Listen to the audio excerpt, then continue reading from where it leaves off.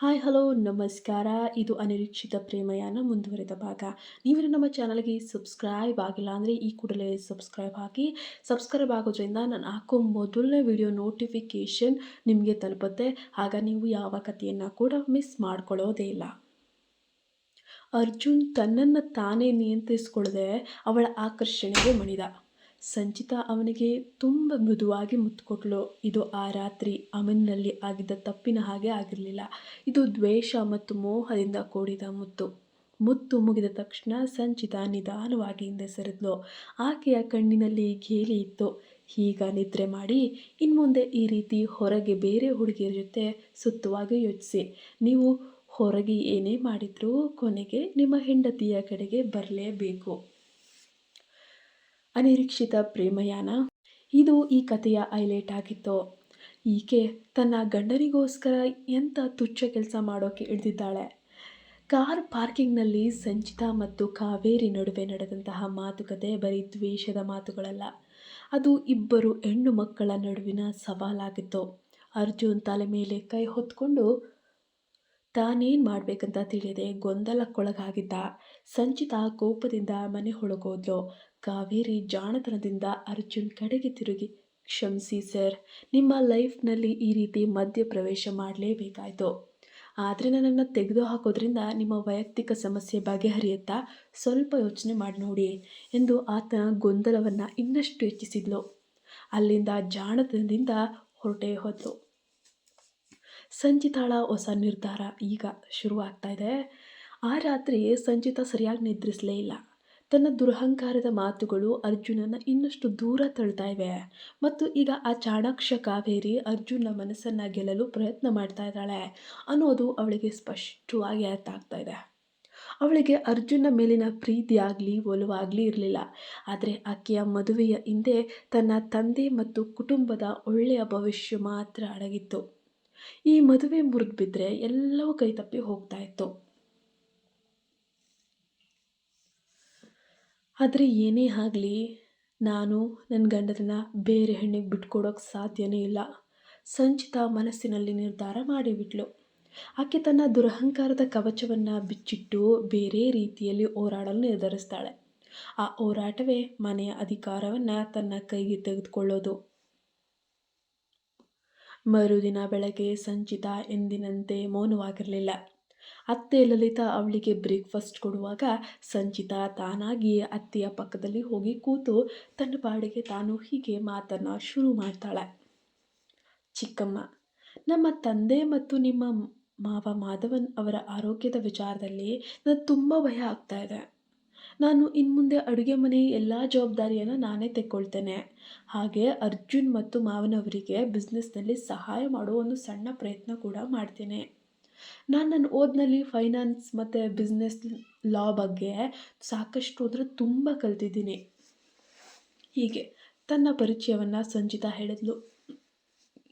ಲಲಿತಾಳಿಗೆ ಆಶ್ಚರ್ಯ ಮತ್ತು ಸಂತೋಷ ಎರಡೂ ಕೂಡ ಆಗುತ್ತೆ. ಖಂಡಿತ ಮಗು, ನೀನು ಮನಸ್ಸು ಮಾಡಿದರೆ ಏನು ಬೇಕಾದರೂ ಮಾಡಬಹುದು ಅಂತ ಪ್ರೀತಿಯಿಂದ ಅವಳು ತಲೆ ಸವರಿ ಆ ಕೆಲಸಕ್ಕೆ ಒಪ್ಪಿಗೆ ನೀಡಿದ್ಲು. ಇದೇ ಸಮಯದಲ್ಲಿ ಅರ್ಜುನ್ ಊಟಕ್ಕಾಗಿ ಕೆಳಗೆ ಬಂದ. ಸಂಚಿತಾಳ ಈ ಬದಲಾವಣೆ, ಮನೆಯ ಜವಾಬ್ದಾರಿಯನ್ನು ತೆಗೆದುಕೊಳ್ಳುವ ನಿರ್ಧಾರ ಇದೆಲ್ಲ ಕೇಳಿದಾಗ ಅರ್ಜುನ್ಗೆ ಒಂದು ಕ್ಷಣಕ್ಕೆ ಗೊಂದಲವಾಯಿತು. ಈ ದುರಹಂಕಾರಿ ಹೆಣ್ಣು ಇದ್ದಕ್ಕಿದ್ದ ಹಾಗೆ ಯಾಕೆ ಈ ರೀತಿ ನಾಟಕವನ್ನು ಶುರು ಮಾಡಿಬಿಟ್ಟಿದ್ದಾಳೆ ಅಂತ ಯೋಚಿಸಿದ. ಸಂಚಿತಾ ಅರ್ಜುನನ್ನು ಕಣ್ಣೆತ್ತಿಯೂ ನೋಡದೆ ಗಂಭೀರವಾಗಿ ಹೇಳಿದ್ದು, ಅರ್ಜುನ್, ಇನ್ಮುಂದೆ ಮನೆಯಲ್ಲಿರುವ ಎಲ್ಲ ಹಣಕಾಸಿನ ವಿಚಾರಗಳು ನನ್ನ ಮೂಲಕವೇ ನಡಿಬೇಕು. ಅರ್ಜುನ್, ಇನ್ಮುಂದೆ ಮನೆಯಲ್ಲಿರುವ ಎಲ್ಲ ಹಣಕಾಸಿನ ವಿಚಾರಗಳು ನನ್ನ ಮೂಲಕನೇ ನಡಿಬೇಕು. ನಿಮ್ಮ ಮತ್ತು ಮಾವನವರ ವೈಯಕ್ತಿಕ ಹಣಕಾಸು ಮತ್ತು ಕಂಪನಿಯ ಕೆಲವು ಲೆಕ್ಕಪತ್ರಗಳನ್ನು ನೋಡ್ಕೊಳ್ಳೋಕೆ ನಾನು ನಿರ್ಧರಿಸಿದ್ದೀನಿ. ನೀವು ಒಪ್ಪಲಿಲ್ಲ ಅಂದರೂ ಅತ್ತೆ ಮಾವ ಒಪ್ಪಿಬಿಟ್ಟಿದ್ದಾರೆ. ಅರ್ಜುನ್ಗೆ ಅವಳ ಈ ಸವಾಲು ಅರ್ಥ ಆಯಿತು. ಕಾವೇರಿ ಮತ್ತು ತನ್ನ ನಡುವೆ ಇರುವ ದೂರವನ್ನು ಕಡಿಮೆ ಮಾಡಲು ಸಂಚಿತಾ ಈಗ ತನ್ನ ಅಧಿಕಾರ ಮತ್ತು ಜವಾಬ್ದಾರಿಯನ್ನು ಬಳಸ್ತಾ ಇದ್ದಾಳೆ ಅನ್ನೋದು. ಈಗ ಅರ್ಜುನ್ನ ವಾಲುವಿಕೆ ಯಾವ ಕಡೆ? ಕಾವೇರಿ ಆಕರ್ಷಣೆಯ ಕಡೆಗ ನೋಡೋಣ. ಅದೇ ದಿನ ಆಫೀಸ್ನಲ್ಲಿ ಅರ್ಜುನ್ನ ಮನಸ್ಸು ಸಂಪೂರ್ಣವಾಗಿ ಗೊಂದಲಕ್ಕೊಳಗಾಗಿದೆ. ಒಂದು ಕಡೆ ಸಂಚಿತಾಳ ದುರಹಂಕಾರ ಮತ್ತು ಅಧಿಕಾರ, ಇನ್ನೊಂದು ಕಡೆ ಕಾವೇರಿಯ ಸೌಂದರ್ಯ ಮತ್ತು ಜಾಣತನ. ಸಂಚಿತಾಳ ಕಠಿಣ ನಿರ್ಧಾರದಿಂದ ತಪ್ಪಿಸ್ಕೊಳ್ಳೋಕೆ ಅರ್ಜುನ್ ತನ್ನನ್ನು ಕಾವೇರಿಯ ಬಳಿ ಸಾಗುವಂತೆ ಮಾಡಿಕೊಂಡ. ಯಾಕಂದರೆ ಕಾವೇರಿಯ ಮಾತುಗಳು, ಅವಳ ಜಾಣತನ ಒಮ್ಮೊಮ್ಮೆ ಅವನಿಗೂ ಕೂಡ ಸಮಾಧಾನವನ್ನು ಕೊಡ್ತಾ ಇದ್ವು. ಸರ್, ನೀವು ತುಂಬ ಟೆನ್ಷನಲ್ಲಿದ್ದೀರಾ. ಈಗ ಲೆಕ್ಕಾಚಾರಗಳು ಮುಖ್ಯ ಅಲ್ಲ, ಒಂದು ಬ್ರೇಕ್ ಮುಖ್ಯ. ನಾನು ಒಂದು ಸಣ್ಣ ಕಾಫಿ ಡೇಟ್ಗೆ ಹೋಗೋಕ್ಕೆ ಪ್ಲ್ಯಾನ್ ಮಾಡಿದ್ದೀನಿ, ಬರ್ತೀರಾ ಅಲ್ವಾ? ಕಾವೇರಿಯ ಮಧುರ ಧ್ವನಿಯಲ್ಲಿ ಕೇಳ್ತಾ ಇದ್ದಾಳೆ. ಅರ್ಜುನ್ ಕಣ್ಣು ಮುಚ್ಚಿ ಒಂದು ನಿಟ್ಟುಸಿರು ಬಿಟ್ಟ. ಈ ಜಗಳಗಳಿಂದ ದೂರ ಇರೋದು ಒಳ್ಳೆಯದು ಅಂತ ಅಂದ್ಕೊಂಡು ಕಾವೇರಿಯೊಂದಿಗೆ ಹೊರಡಲು ಕೊನೆಗೂ ಒಪ್ಕೊಂಡೇ ಬಿಟ್ಟ. ಅವರು ಹತ್ತಿರದ ಒಂದು ಕಾಫಿ ಶಾಪ್ನಲ್ಲಿ ಕೂತರು. ಕಾವೇರಿ ಅರ್ಜುನ ಕಣ್ಣಲ್ಲಿನ ನೋವನ್ನು ಮೆಚ್ಚುವ ಹಾಗೆ ನೋಡಿದ್ಲು. ಸರ್, ನನ್ನ ಹತ್ತಿರ ಎಲ್ಲ ವಿಷಯ ಹೇಳ್ಬೋದು. ನೀವು ತುಂಬ ನೋವಿನಲ್ಲಿದ್ದೀರಿ ಅಂತ ನನಗೆ ಗೊತ್ತು. ಮನೆಯಲ್ಲಿ ಸರಿ ಇಲ್ಲ ಅಂದರೆ ನನ್ನ ಜೊತೆ ಒಂದಿನ ರಜಾ ತಗೊಂಡು ಬನ್ನಿ, ನಿಮ್ಮ ಮನಸ್ಸಿಗೆ ಶಾಂತಿ ಸಿಗುತ್ತೆ. ಕಾವೇರಿ ಬರ್ತಾ ಬರ್ತಾ ತುಂಬ ಹತ್ತಿರವಾದ್ಲು. ಅವಳ ಮಾತು ಕೂಡ ಅತಿರೇಕಕ್ಕೆ ಹೋಗ್ತಾ ಇದ್ವು. ಕಾವೇರಿ ಅರ್ಜುನಿಗೆ ಭಾವನಾತ್ಮಕ ಆಕರ್ಷಣೆ ನೀಡೋಕ್ಕೆ ಶುರು ಮಾಡಿದ್ಲು. ಅರ್ಜುನ್ಗೆ ಆ ಸಮಯದಲ್ಲಿ ಆಕೆಯ ಸಹಾನುಭೂತಿಯೇ ದೊಡ್ಡ ಸಮಾಧಾನವಾಗಿತ್ತು. ಅವನು ಕಾವೇರಿಯ ಕಡೆಗೆ ನಿಧಾನವಾಗಿ ವಾಲ್ತಿದ್ದ. ಈಗ ಅನಿರೀಕ್ಷಿತ ತಿರುವು ಬಂದೇ ಬರುತ್ತೆ. ಸಂಚಿತಾಳ ಬೆಂಬಿಡದ ಕಣ್ಣು. ರಾತ್ರಿ 9 ಗಂಟೆ. ಅರ್ಜುನ್ ಇನ್ನೂ ಮನೆಗೆ ಬಂದಿರಲಿಲ್ಲ. ಸಂಚಿತಾ ಕೆಳಗೆ ಡೈನಿಂಗ್ ಟೇಬಲ್ ಬಳಿ ಕೂತು ಅರ್ಜುನ್ನ ಕಂಪನಿಯ ಹಳೆಯ ಫೈಲ್ಗಳನ್ನು ಪರಿಶೀಲಿಸ್ತಿದ್ಲು. ಲಲಿತಾ ಮತ್ತು ಮಾಧವನ್ ಅವರ ಪಾಡಿಗೆ ಅವರು ಟಿವಿ ನೋಡ್ತಾ ಇದ್ದಾರೆ. ಅದೇ ಸಮಯದಲ್ಲಿ ಕಾವೇರಿ ಮತ್ತು ಅರ್ಜುನ್ ಕಾಫಿ ಶಾಪ್ನಿಂದ ಹೊರಗೆ ಬಂದಿದ್ರು. ಕಾವೇರಿ ಜಾಣತನದಿಂದ ಅರ್ಜುನ್ಗೆ ಹತ್ತಿರವಾಗಿ ನಿಂತು ಏನೋ ಒಂದು ವಿಷಯದಲ್ಲಿ ತುಂಬ ತಮಾಷೆಯಾಗಿ ನಕ್ಕದ್ಲು. ಅರ್ಜುನ್ ಇನ್ನೇನು ಮಾಡ್ತಾನೆ, ಅದು ತಮಾಷೆ, ಆದ್ದರಿಂದ ಅವನು ಕೂಡ ಅವಳ ಜೊತೆ ಸೇರಿ ಜೋರಾಗಿ ನಕ್ಕ. ಆ ದೃಶ್ಯವನ್ನು ಒಬ್ಬ ಮನುಷ್ಯ ಮೊಬೈಲ್ ಕ್ಯಾಮರಾದಲ್ಲಿ ರಹಸ್ಯವಾಗಿ ಶೂಟ್ ಮಾಡ್ತಾನೆ. ಆ ಶೂಟ್ ಮಾಡಿದ ವ್ಯಕ್ತಿ ನೇರವಾಗಿ ಮನೆಗೆ ಬಂದ. ಅದು ಸಂಚಿತಾಳ ತಮ್ಮ. ಸಂಚಿತ್ ಅರ್ಜುನ ಪ್ರತಿಯೊಂದು ಹೆಜ್ಜೆ ಮೇಲೆ ಕಣ್ಣಿಡಲು ತನ್ನ ತಮ್ಮನಿಗೆ ಹಣ ಕೊಟ್ಟು ನೇಮಿಸಿದ್ದಾಳೆ.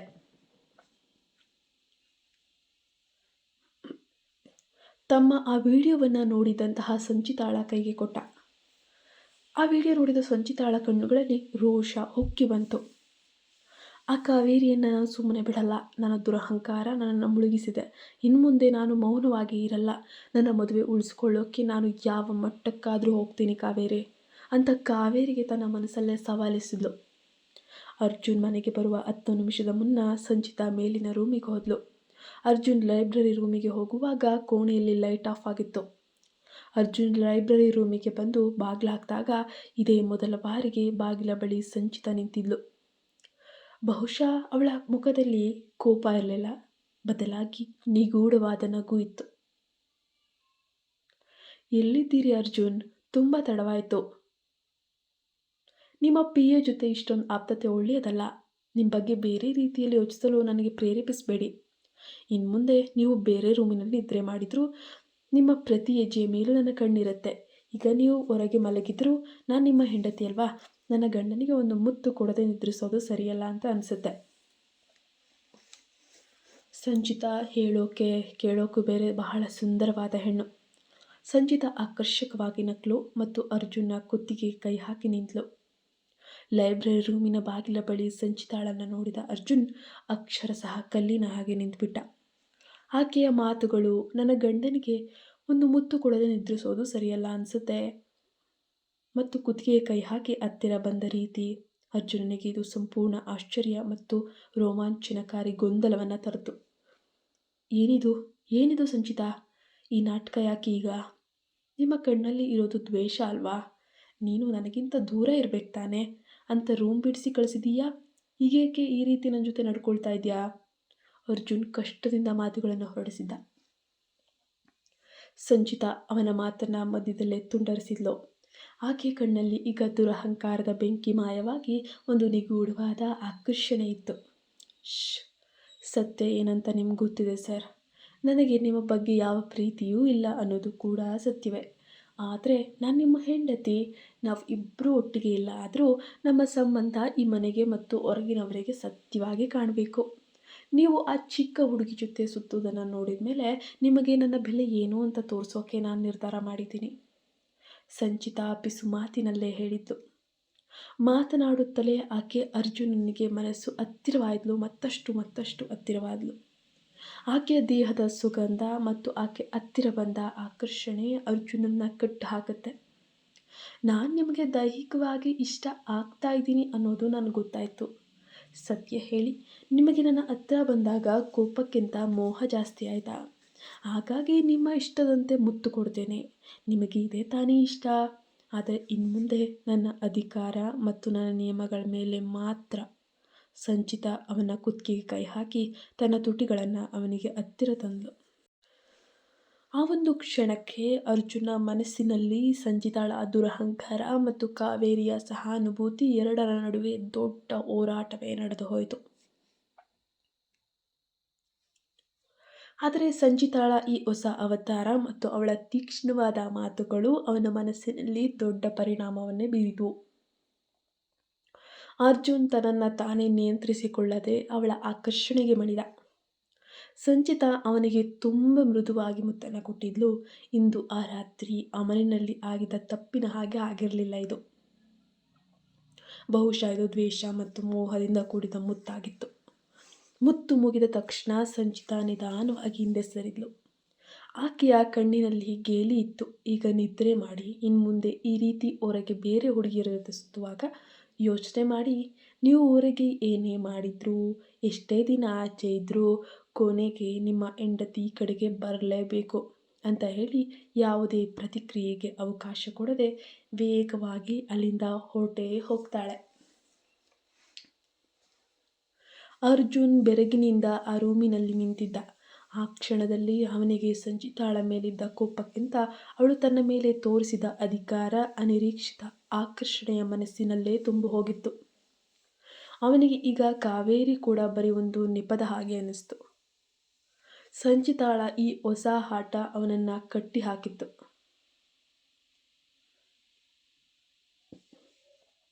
ಮರುದಿನ ಬೆಳಗ್ಗೆ ಕಚೇರಿಯಲ್ಲಿ ಕಾವೇರಿ ಎಂದಿನಂತೆ ಬಹಳ ಚುರುಕಾಗಿ ಚುಟು ಅಂತ ಅರ್ಜುನನ್ನು ಎದುರುಗೊಂಡಳು. ಆದರೆ ಅವಳು ಅರ್ಜುನ ಕಣ್ಣುಗಳಲ್ಲಿನ ಬದಲಾವಣೆಯನ್ನು ಗಮನಿಸ್ತಾ ಇದ್ದಾಳೆ. ಯಾಕಂದರೆ ಅವನು ರಾತ್ರಿ ನಿದ್ರಿಸಿರಲಿಲ್ಲ. ಆದರೆ ಅವನ ಮುಖದಲ್ಲಿ ರಾತ್ರಿಯ ಗೊಂದಲ ಇರಲಿಲ್ಲ. ಬದಲಾಗಿ ಒಂದು ರೀತಿಯ ಆಳವಾದ ಯೋಚನೆ ಇತ್ತು. ಹಾಗಾಗಿ ಅದೇ ಗುಂಗಿನಲ್ಲಿ ಆಕೆ ಕೂಡ ಯೋಚನೆ ಮಾಡ್ತಾ, ಗುಡ್ ಮಾರ್ನಿಂಗ್ ಸರ್, ನೆನ್ನೆ ನೀವು ಮೇಡಮ್ ಜೊತೆ ಮಾತಾಡಿದ್ರಾ? ನಿಮ್ಮ ಮನಸ್ಸಿಗೆ ಸ್ವಲ್ಪ ನೆಮ್ಮದಿ ಸಿಕ್ಕಿದ ಹಾಗೆ ಅನಿಸ್ತಾ ಇದೆ. ಕಾವೇರಿ ಬಹಳ ಜಾಣತನದಿಂದ ಮಾತಿಗೆ ಹೇಳಿದ್ಲು. ಈಗ ಮಾತ್ರ ಅರ್ಜುನು ಸಂಪೂರ್ಣವಾಗಿ ತಟಸ್ಥನಾಗಿದ್ದ. ಕಾವೇರಿ, ನಿನ್ನ ಕೆಲಸದ ಬಗ್ಗೆ ಗಮನ ಕೊಡು. ನನ್ನ ವೈಯಕ್ತಿಕ ಜೀವನದ ಬಗ್ಗೆ ನಿನಗೆ ಯಾಕೆ ಇಷ್ಟೊಂದು ಕುತೂಹಲ ಇದೆ? ಅರ್ಜುನ್ ಮಾತ್ರ ಗುಡುಸಾಗಿ ಹೇಳಿದ್ನ. ಕಾವೇರಿ ಮುಖ ಒಂದು ಕ್ಷಣ ಕೋಪದಿಂದ ಕೆಂಪಗಾಗೋಯ್ತು. ಅವಳು ಒಂದು ಹೆಜ್ಜೆ ಹಿಂದೆ ಸರಿದ್ಲು. ನಿನ್ನೆವರೆಗೂ ನನ್ನ ಜೊತೆ ಆಪ್ತವಾಗಿ ಮಾತಾಡ್ತಿದ್ದ, ಪ್ರತಿಯೊಂದನ್ನು ಕೇಳ್ತಿದ್ದ, ಪ್ರತಿಯೊಂದನ್ನು ಹೇಳ್ತಿದ್ದ, ಇದ್ದಕ್ಕಿದ್ದ ಹಾಗೆ ಈ ಥರ ಬದಲಾಗ್ತಾ ಇದ್ದಾನಲ್ಲ, ಇದು ಸಂಚಿತಾಳ ಕೆಲಸನೇ ಇರಬೇಕು ಅಂತ ಅವಳಿಗೆ ಅರ್ಥ ಆಯಿತು. ಕಾವೇರಿ ತಕ್ಷಣವೇ ಮಾಧವನ್ ಅಂದರೆ ಅರ್ಜುನ್ ತಂದೆ ಅವರ ಹಳೆಯ ವೈಯಕ್ತಿಕ ಲೆಕ್ಕಪತ್ರಗಳನ್ನು ಪರಿಶೀಲಿಸೋಕೆ ಶುರು ಮಾಡಿದ್ಲು. ತಾನು ಸಂಚಿತಾಳಗಿಂತ ಒಂದು ಹೆಜ್ಜೆ ಮುಂದಿರಬೇಕು, ಅಂದರೆ ಆಕೆ ದುರಹಂಕಾರವನ್ನು ಅಳಿಸಬೇಕು, ಆದರೆ ಅವಳ ವೈಯಕ್ತಿಕ ದೌರ್ಬಲ್ಯವನ್ನು ಕಂಡುಹಿಡಿಬೇಕು ಅಂತ ಕೊನೆಗೂ ನಿರ್ಧಾರ ಮಾಡೇ ಬಿಟ್ಲು. ಈಗ ಸಂಚಿತಾಳ ದ್ವಿಮುಖ ಆಟ ಶುರುವಾಗ್ತಾ ಇದೆ. ಅದೇ ಸಮಯದಲ್ಲಿ ಸಂಚಿತಾ ಆಫೀಸಿಗೆ ಕರೆ ಮಾಡಿದ್ಲು. ಅರ್ಜುನನಿಗಲ್ಲ, ಮಾಧವನ್ ಮಾವನಿಗೆ.